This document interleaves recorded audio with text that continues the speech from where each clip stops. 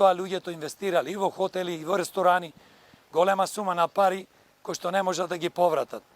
Со тоа што ќе вложиме како идни менаџери од државата, се разбира кога граѓаните ни ја дадат довербата на демократи, милиони евра, наместо да се вложува во Скопје 2014 пола милиарда евра и повеќе, треба да се вложува во туризмот тие пари.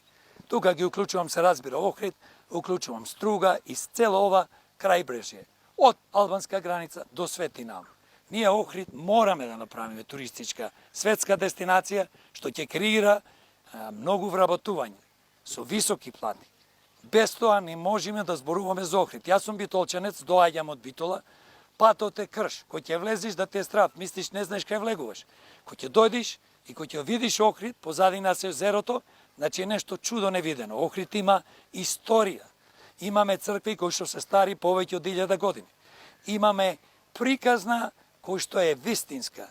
Не е да ја измислуваме. Рај на светот. Значи во Охрид тука живеат народи, народности, разни религии. Луѓето од светот, туристите, ќе сака да доаѓаат во Охрид. Само што треба да направиме? Значи Охрид треба да го изградиме. Денес доаѓам во Охрид, имаме огромни проблеми со паркингот. Не може еден туристички град да има огромни проблеми со паркингот.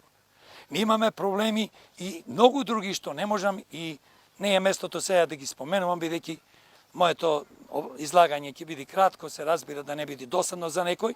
Значи јас велам, ние демократи, со ваша помош и желба, ако ние дадете довербата, граѓаните на Охрид и на Македонија, јас Јорго Огненовски, како председател на политичката партија Демократи, а исто сум носител на изборна единица број 5, ние се ќе направиме, не како овие досега, ова, она ќе направиме, се ќе направиме за Охрид да стани светска туристичка дестинација, за да креира вработување за млади и за возрастни, па и ако треба нека доаѓаат и од цела Македонија, нека се запослуваат.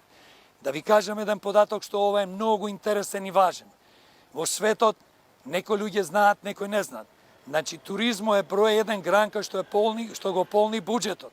Пример во Европа, во првите 10 држави во Европа, најмоćни држави. Тука се Германија, Франција, Енглески и така натаму. Буџетот околу 20 до 30% се полни од туризмот.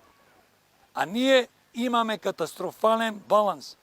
Значи ние оставивме не само Охрид, не само езерскиот туризам, не само Струга, не само Свети Наум, имаме и други езери, имаме Преспа, го ја уништивме.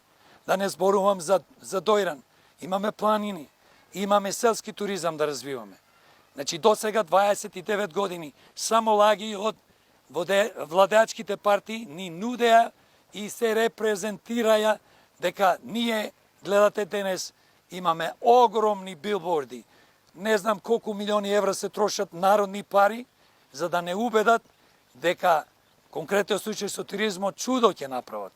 Па видете луѓе, после 30 години на владење, ако му веруваме на овие истите луѓе, кои што јас ги викам, на некој начин, не само што уништија, не само што имаат и психички некој од нив од политичарите проблем, тие се појавија како злосторници на македонскиот народ и на другите народни народности во Македонија.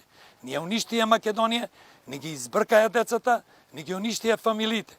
Идни на Македонија нема да има без млади. Сега и бегаат и по возраст и стручни